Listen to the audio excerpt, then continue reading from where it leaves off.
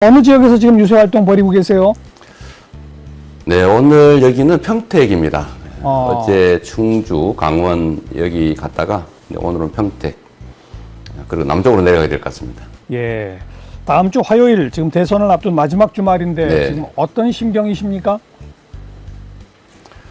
어쨌든 역사적 분수령, 칼날 같은 위기냐, 진보냐, 그 칼날 위에 서 있는 느낌이어서 최선을 다하자, 그 생각밖에 없습니다. 네. 뭐 현장 분위기 어때요? 전국 각지를 돌고 계신데. 그 정치인들이 빠지는 착각 중에 그런 게 있는데 분위기가 좋지요. 왜냐하면 다 지지하는 사람들만 모이니까요. 예. 네, 저번 대선 때보다는 나은 것 같습니다. 승리를 확신하시나요?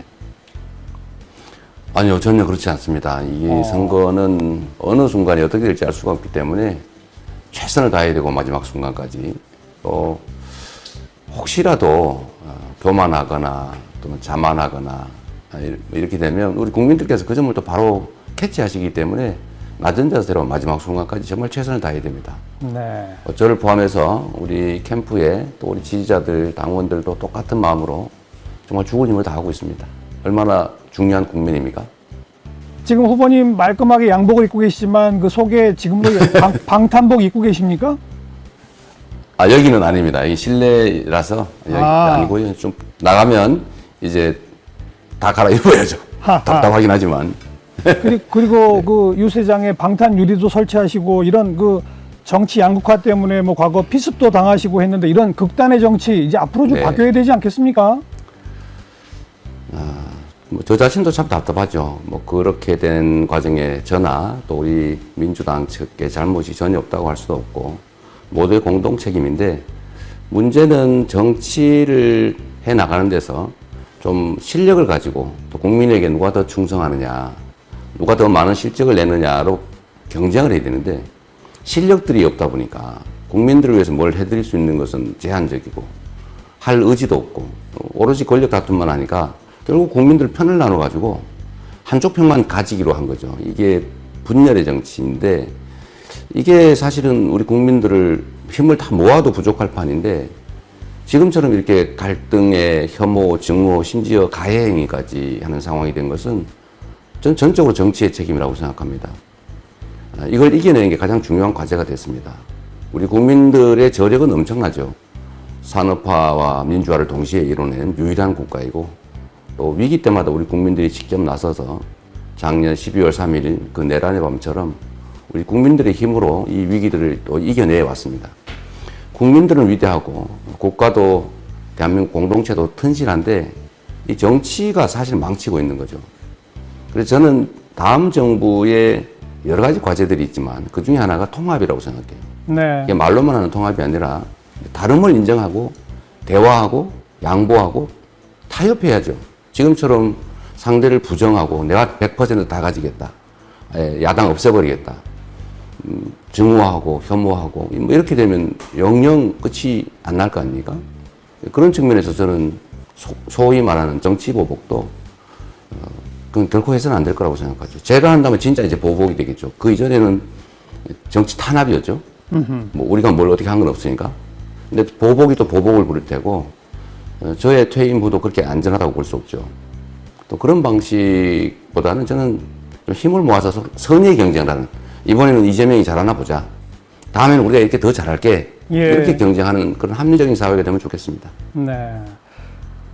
특히 윤석열 전 대통령이 우리 이재명 야당 대표로 인정도 안 하고 만나지도 않고 사실 그런 극단의 정치를 네. 만들지 않았었습니까? 그래서 그렇습니다. 여쭤보는 건데 우리 이재명 후보께서 만약에 대통령에 당선되시면 이제 바로 다음부터 임기가 시작된단 말이에요. 그 임기 첫날 혹시 야당 당사를 좀 찾아가서 야당과의 그 대화의 정치를 좀 복원할 의지를 보여주실 그런 의지는 없으신가요? 기본적으로 대화해야 됩니다. 싫다고 안 볼 수는 없는 것이고. 근데 그게 첫날 해야 될지는 생각을 좀 해봐야겠는데, 국회에서 아마 취임 선서식이 열리니까, 업무 효율 측면에서도 그렇고, 또 상징적인 측면에서도, 지금 말씀하신 게 상당히 일리가 있어 보입니다. 지금은 이제 전쟁 중이라서 전부 처리는 그때 가서 생각하는데 네, 네. 일단은 좋은 제안 같습니다. 네. 예. 그런데 뭐 어떤 네. 인터뷰에서 이 내란 척결을 위해서 특검이 필요하고 뭐 심지어는 지금 네. 국민의힘 의원들도 이 계엄 해제를 위한 표결에 참여하지 못하도록 한 사람들까지도 아마도 수사를 하고 기소해야 할, 처벌해야 할지도 모른다 이런 취지의 말씀을 하신 걸 두고 일각에서는 바로 그게 정치 보복 아니냐라는 시각도 있습니다. 어떻게 보세요? 네. 이게 봉합과 통합을 좀 구분을 해야 되는데 중대 범죄 행위, 또 국민의 인권을 침해하는 행위, 또는 부정부패를 저질러서 우리 사회의 공정한 질서를 해치는 행위, 누군가에게 눈물을 흘리게 하는 막 법을 어기는 행위, 이런 거를 정치라는 이유로 다 용서하고 눈 감아주면 그건 정치가 아니죠. 우리 국민들께서도 그런 걸 바라지는 않으셔요. 정치 보복이라고 하는 게 안 해도 될 일을 굳이 정치적 이유로 저질러서 상대를 가해하는 걸 말하지 않겠습니까? 그런데 대한민국의 헌정 질서를 통째로 파괴하고 국민에게 총구를 들이대고 국회를 사실상 해산시키고 임시 입법기구 만들려고 하는 그런 대한민국 헌정 질서를 통째로 부정하는 그야말로 역사적, 국가적 범죄 아닙니까? 이런 거를 정치적 상대가 그런 범죄를 저질렀다는 이유로 그걸 그냥 눈 감고 넘어간다. 저는 이런 초보적 정의, 이런 것들을 포기하는 것이 저는 정치라고는 생각하지 않습니다. 그거 당연한 거 아닌가? 저는 국민들께 한번 여쭤보고 싶어요. 우리가 정치라는 이유로 정치적 상대가 저지른 중대범죄도 그냥 불만하니까, 달려드니까, 갈등이 생길 수 있으니까 다 덮어두자. 네. 이걸 국민들께서 원하실까? 저는 아니라고 생각합니다. 구분해야죠. 정치보복과 초보적 정의. 당연한 일을. 그런데 이제 물론 역사적 평가에 맡겨야 하겠습니다만은 박근혜 전 대통령 탄핵 이후에 문재인 정부가 초창기에 이른바 적폐청산이라고 하는 이름으로 뭐 박근혜, 이명박 두 전직 대통령을 다 구속하고 광범위한 수사. 물론 그때 이제 윤석열 전 대통령이 주도한 그런 수사였습니다만 그걸 두고도 너무 그게 좀 지나쳤다라는 시각도 일각에서는 있거든요. 그 점은 또 어떻게 인식하세요? 그건 이제 보기 나름일 텐데, 이 방식이죠. 누구를 타겟으로 정하고, 전직 대통령 처벌해야 되겠다. 그래서 그걸 목표로 광범위하게 범죄 수사를 개시하는 거, 이건 명백한 정치 보복이죠. 그런데 통상적인 국가 법 질서 운용 과정에서 엄청난 중대 범죄가 드러났다.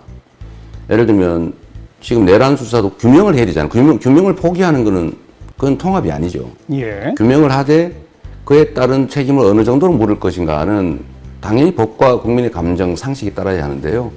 그렇게 자연스럽게 드러나는 나는 당연히 처벌해야 될 사안들을 눈 감지 않는 거, 이건 정의라고 할 수 있고요. 없는데 한번 저 목표를 정하고 한번 뒤져서 한번 최대한 탈탈 털어서 한번 처벌해보자. 이렇게 하는 것은 그건 정치 보복이겠죠. 그런 건 하면 안 된다. 그러니까 통상적인 해야 될 일을 하다가 드러난 중대 범죄를 눈 감는 것, 저는 그거는 통합의 가치에 오히려 어긋난다고 생각합니다. 계엄과 관련해서 당시에 국무위원들 그다음에 계엄 해제 표결에 참여하지 않은 국민의힘 의원들이 일단은 수사 대상이 될 수 있겠죠? 이미 수사 대상이 되어 있죠. 그걸 뭐 새롭게 만든다는 것이 아니라 국무총리도 또 기재부 장관도 이미 출국 금지됐다는 얘기도 있던데, 그리고 뭐 CCTV 영상도 나왔고 지금까지 한 진술과 어긋난다는 것 아닙니까? 몰랐다고 하는데 이미 사전에 알고 있었다는 증거 같아요. 뭐 경찰이든 수사기관의 수사는 수사대로 하면 될 것 아닌가 싶습니다. 드러나는 대로 상응하는 책임은 물어야 되고, 대신에 이제 억울하게 국가 공무원으로서 상부의 지시에 따를 수밖에 없는, 명령에 복종할 수밖에 없는 일선 지휘관이나 또는 하급 실무자나 이런 사람들은 사실 가담을 했다 하더라도 억울한 측면이 있고, 오히려 적극 협조 안 한 거는 상사의 명령에 불응하고 국민의 명령에, 정의에 복종한 것이기 때문에 오히려 칭찬해야 되지 않을까 그런 생각합니다. 네. 자, 더불어민주당과 우리 이재명 후보는 이제 이번 대선의 성격을 기본적으로 내란 종식, 민주 회복 이렇게 이제 프레임을 잡고 계신데, 그 프레임에 맞서는 국민의힘과 김문수 후보의 프레임은 이제 입법 독재에다가 행정 독재에다가 사법 권력까지 장악하는 독재를 막자, 이런 식의 프레임을 잡고 있는데 그건 어떻게 보세요? 뭐 주장할 수 있죠. 저는 국민의힘 또는 정치적 상대끼리 일정한 프레임을 제시하고 정치적 공방을 벌이는 거야 피할 수 없는 일 아닌가 싶습니다. 예. 다만 문제는 기본적인 사실관계를 조작을 하거나 또는 왜곡해서 상대를 음해하는 방식은 이건 정치가 아니죠. 지금 국민의힘이나 또 그 구여권에서 벌이는 일들을 보면 소위 허수아비 때리기를 많이 하죠. 있지도 않은 일을 만들어서 있는 것처럼 하고 거기다 공격을 해요. 국민을 속이는 행위 아닙니까? 저는 그런 방식은 옳지 않다고 보고요. 글쎄 행정부를 국회 다수당이 차지하는 게 문제다 이런 시각은 우리가 영원히 끝까지 대통령직을 해야 된다 이 주장과 다를 바가 없어요. 네. 국민이 심판한 거지 않습니까? 우리가 다수당이 되기 위해서 노력은 했지만 국민이 이렇게 압도적으로 우리에게 다수당의 위치를 준 것은 구여권이 국민을 배반하고 끊임없이 경고했는데도 또 국민을 더 배반하고 심지어 지금은 국민에게 총구를 들이댔고 그 총구를 들이댄 행위를 비호하고 있고 김문수 후보는 지금 내란을 극복하는 대선을 치르는 중인데 그 후보로 나와가지고 그 내란 수계와의 관계 단절을 말하지 못하고 있지 않습니까? 네. 이제 이런 것들이 국민들이 판단하는 거죠. 잘하면서 잘 평가받지 못했다 이런 건 모르겠는데 국민들께서 두려워하는 국민들께서 미워하는 싫어하는 일만 골라서 하면서 왜 당신들이 지지를 더 많이 받느냐 이런 얘기하는 건 정말로 무책임한 데다가 이런 걸 가지고 보통 후안무치하다고 하죠. 네. 그리고 사법부에 대한 장악 얘기를 하는데 저희들은 전혀 그럴 생각이 없을 뿐만 아니라 이 사법부라고 하는 것도 행정권력, 입법권력은 부당한 외부 압력으로부터 독립하는 것이지 국민 주권으로부터 독립하는 건 아닙니다. 예. 정의로부터 독립하는 것도 아니에요. 헌법으로부터 독립하는 것도 아니죠.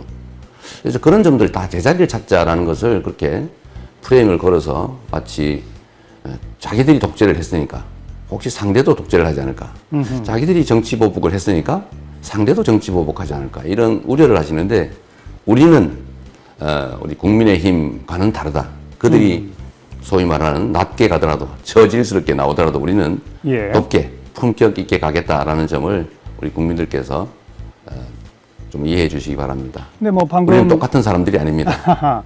근데 방금 뭐 허수아비 때리기라는 표현을 쓰셨습니다만 우선 첫 네. 번째로 더불어민주당이 상당히 많은 탄핵을 했는데 사실 윤석열 전 대통령을 빼놓고는 헌법재판소에서 전부 다 기각됐습니다. 이건 탄핵 남발이다라고 하는 비판 받을 수 있는 거 아닙니까? 저희가 탄핵을 한 건데 뭐 30몇 건 그러는데 실제로는 13건인가 그런 정도고요. 계류된 거죠. 그리고 저로 따지면 예를 들면 검찰이 저에 대해서 수없이 기소했지만 거의 다 무죄를 하고 있지 않습니까? 뭐 계류 중인 사건은 빼고요. 예. 그건 검찰권 남용이죠. 그러나 이 탄핵이라고 하는 것은 예를 들면 지금 한덕수 총리를 보더라도 헌법재판관 임명을 거부해가지고 헌법재판소에서 그 윤석열에 대한 탄핵을 기각시키려고 했지 않습니까? 그것도 법률을 어겨가면서 저는 탄핵 사유라고 확신해요. 입법부의 판단과 헌재의 판단이 다르다고 해서 입법부의 판단이 잘못됐다고 할 수 없는 거죠. 예를 들면 지금 부총리 탄핵 문제도 그 부총리가 헌법재판소가 헌재재판관을 임명 안 하는 거 위법이다, 위헌이다 판결을 했는데도 버티고 결국은 헌재재판관들을 임명을 안 하고 끝까지 버티지 않습니까? 예. 예를 들면 그런 거라든지 검사들도 불법 행위를 명확하게 저지르는데 검찰이 수사 자료를 헌법재판소에 내지 않고 그러니까 증거가 없죠. 증거에 의해서 재판이 되는데 증거를 검찰이 숨기니까 강제할 방법이 없으니까 결국 기각되는 거죠. 검사들이 예를 들면 명확한 불법 행위를 저지른 경우에도 예. 증거가 없어서 기각이 되는 게 우리의 현실이죠. 이 법을 좀 바꿔야 되는데요. 결국은 탄핵 자체가 기각됐기 때문에 잘못됐다라고 하는 것은 그건 정말로 저는 다른 참 마땅하지 못한 판단 아닌가 생각이 됩니다. 네. 그리고 뭐 대법원의 파기환송 그 선거법에 대한 유죄 취지의 파기환송 아주 이례적으로 네. 매우 빠르게 나와서 법원 내에서도 물론 비판 소리가 있습니다만 그거에 네. 대응하는 민주당의 어떤 행동들에 대해서 뭐 대법관도 대법원장도 탄핵해보자, 뭐 청문회도 하자, 대법관 수를 늘리자, 심지어 비법조인도 대법관으로 임명하자 이런 등등의 여러 행동들이 있었는데 그것이 사법 장악을 위한 일종의 독재적 시도 아니냐라는 비판도 있을 수는 있는 거 아닙니까?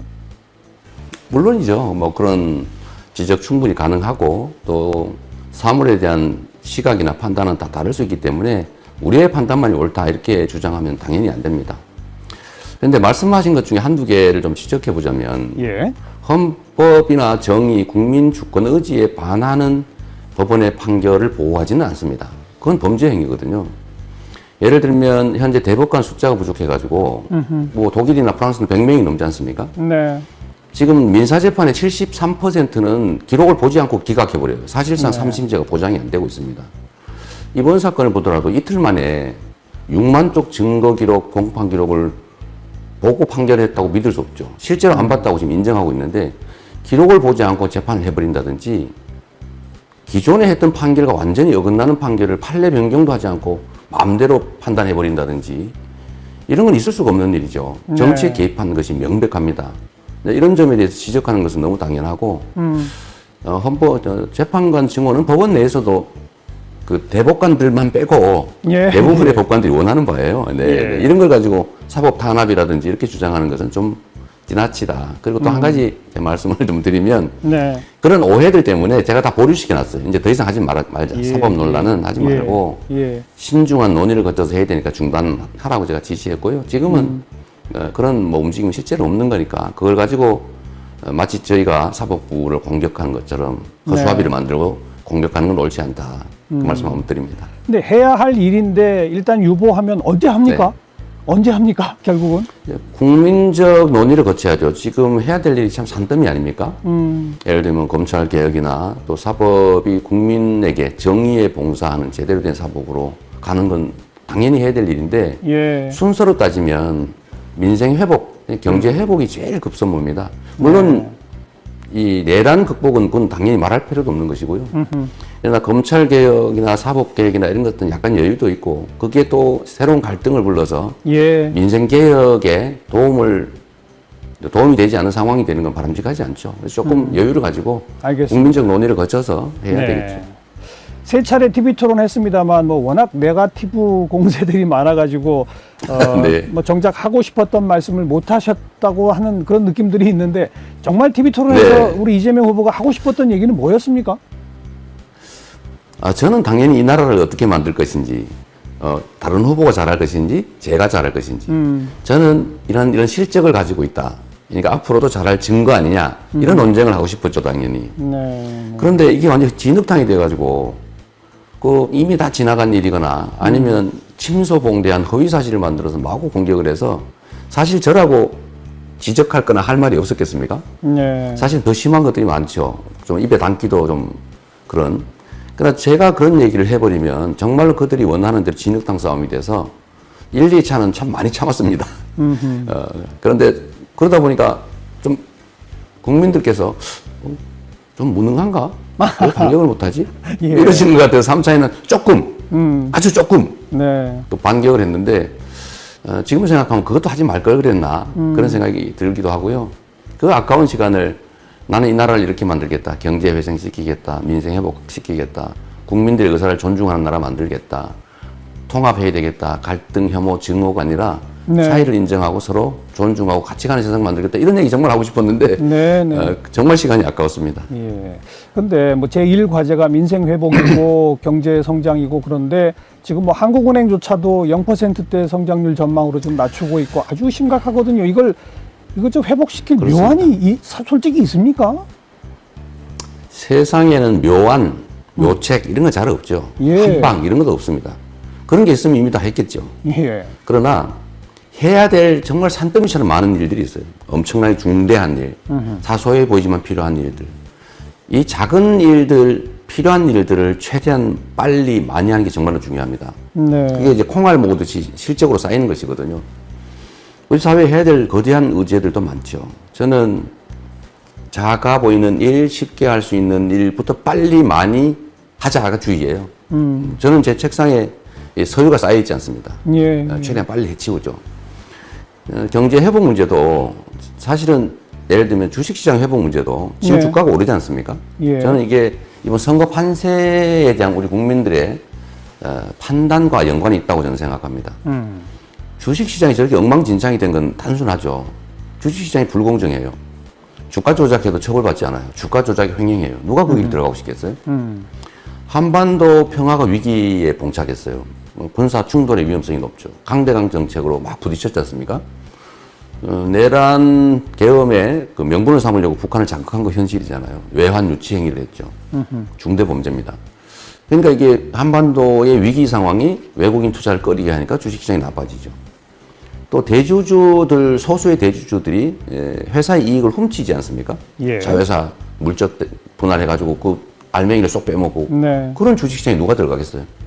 또 한 가지 정부가 정책에 또는 산업 경제 정책의 내용을 정하고 방향을 제시한다면 그걸 밀고 나가는 걸 봐야 아 우리가 어디에 투자하겠다를 정하는데 지난 정부 3년간은 뭘 하겠다는 게 하나도 없었어요. 그냥 네. 방치했죠. 네. 심지어 우리가 가야 될 길 중에 하나가 재생에너지 산업인데 아리백 때문에 탄소 국경세 때문에 피할 수 없지 않습니까? 근데 그걸 탄압을 한단 말이에요. 근데 이렇게 하니까 엉망진창이 됐는데 이런 것만 교정을 해도 네. 예를 들어 남북 관계 개선을 위해서 노력한다는 시그널을 주고 산업 경제 정책의 방향을 제시하고 저희가 첨단 기술 산업, 재생에너지 관련 산업, 문화 산업에 집중하겠다. 예. 이런 방향을 제시해주고 불공정에 대해서 엄벌하겠다는 의지를 밝히고 실제 엄벌하고 불공정한 지배권 남용이 불가능하게 상법 개정 확실하게 해내고 하면 주가가 오를 수밖에 없거든요. 예. 예. 그러면 국민들의 자산이 늘어나잖아요. 이 경제가 회생되는 선순환하는 하나의 그 외에도 이렇게 해야 될 일이 예. 많이 있다. 예. 네, 네.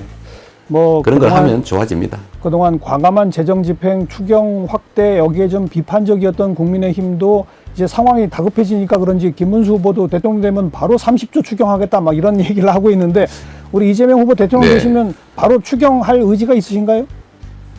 당연히 해야 됩니다. 저는 이게 퍼주기라고 해서 서민 지원을 절대 안 하려고 하는데 경기가 악화되고 침체를 겪으면 정부가 재정 지출하는 건 우리 고등학교 정치경제책에 나오는 아주 초보적 원리고요. 예. 지금 정부가 역할을 해야 될 때인데 그 역할의 첫 번째가 사실은 서민 지원 재정 지출을 늘리는 겁니다. 근데 그걸 정말 안 하려고 해요. 근데 이제 와서는 하겠다고 하니까 다행스럽게 생각합니다. 지금이라도 예. 정신을 차린 것 같아서요. 예. 전 국민에게 일정 금액을 나눠주는 방식에 대해서는 뭐 정말 그 찬반이 굉장히 엇갈립니다. 여전히 그 소신은 갖고 계세요? 네. 그거는 여러 가지 정책 방안 중에 하나죠. 뭐 그게 지금 정확하게 얘기하면 소득 지원 정책이기보다는 그것은 수요 촉발을 위한 예. 내수 진작책이거든요. 소비 예. 쿠폰 공급인데 이거를 세금 많이 내는 사람을 제외하면 되겠느냐, 그 반사적 이익을. 이제 이 생각에서 한 일인데 소득 지원 정책과 소비 진작 정책은 좀 분류할 필요가 있고요. 지금은 소득 지원 정책을 한다면 당연히 차등 지원을 하는 게 맞고 소비 진작 정책에 집중한다면 당연히 세금 많이 내는 사람을 배제하는 건 진짜 역차별이죠. 네. 이런 정책들 어떤 건 하고 어떤 건 안 하겠다가 아니고 믹스를 해야 됩니다. 재정 상황도 봐야 되고 지금 십몇 조씩 되는 돈을 과연 그렇게 할 수 있을 여력이 있는지도 저는 예. 지금은 좀 의문스러워서 예. 좀 상황을 봐가면서 알겠습니다. 규모나 방식이나 이런 걸 대상이나 이런 걸 정하겠습니다. 뭐 표현하신 대로 아직 전쟁 중이긴 하지만 예, 대통령 선거 네. 끝나면 바로 다음 날 취임하시고 바로 이제 총리와 내각 구성을 그렇죠. 하셔야 되는데 그런 첫 번째 총리와 내각 구성의 인선에서 국민 통합의 의지가 있는지가 아마 판단될 것이다라고 하는 많은 그 분석가들이 있지 않습니까? 혹시 네. 총리에 대한 그 구상은 이미 좀 하고 계신 거 아닌가요? 이게 이제 좀 뭐라 그럴까요? 이제 변형 왜곡된 이 정보 시장, 언론 시장 때문에 그런데 사실 당연히 해야 될 일입니다. 이게 모든 정치는 예. 모든 가능한 경우의 수에 다 대비해야 되거든요. 그러니까요. 그런데 이걸 예를 들면 그 준비를 하고 있다 이러면 다 된 듯이 그런다. 이런 식으로 정치적 공격을 가하고 이게 약간 먹히는 면이 있기 때문에 네. 사실은 매우 조심스럽죠. 네. 그냥 이 정도로 하겠습니다. 구상. 원리적인 말씀을 좀 드리면 예. 원론적인 말씀을 드리면 지금 너무 위기 국면이에요. 그러니까 그 정부 주요 강요의 덕목이 여러 가지가 있지 않습니까? 실력이 있어야 된다. 국민에게 충직해야 한다. 저는 이 충직함이 제일 우선이라고 봐요. 예. 그리고 국민 통합을 할 수 있어야 된다. 예. 소통할 수 있어야 된다. 뭐 이런 것들이 있는데 어쨌든 이것도 역시 다양한 요소를 다양하게 반영해야 되지 않을까 그런 생각합니다. 지금 정말 위기 상황이고. 예. 네. 총리에 대한 구상은 네. 하고 계신데 조심스럽다. 뭐 이렇게 제가 이해하겠습니다. 자, 네, 마지막 해석은 원래 자유니까. 네. 마지막으로 우리 국민들께 한마디 말씀하시죠. 네. 제가 이렇게 웃고 말씀을 드리지만 이 나라 상황이 참으로 위중합니다. 역사적 분수령 위에서 있죠. 과거로 굴러 떨어질지 정말 미래를 향해서 다시 자세를 정비하고 나아갈지. 우리는 너무 많은 것들이 많이 가졌습니다. 경제, 민생, 안보, 국격, 민주주의 다 무너졌죠. 이걸 회복하는 게 가장 중요합니다. 그리고 저는 가장 가슴 아픈 것이 우리 청년 세대들이 남녀를 나눠서 싸우는 거예요. 예, 예. 누군가가 그걸 자극하기도 하지만 기회 부족 때문에 생긴 일이다, 근본적으로는. 그래서 기회가 좀 많은 지속적으로 성장하는 사회 반드시 만들어서 우리가 싸우지 않고도 손잡고 함께 살 수 있는 그런 세상 꼭 만들고 싶습니다. 국민 여러분의 손에 나라의 운명이 달려 있습니다. 여러분의 미래도 우리 자식들의 인생도 달려 있으니까 투표는 총알보다 강하다. 그 마음으로 투표 꼭 해주시기 바랍니다. 네.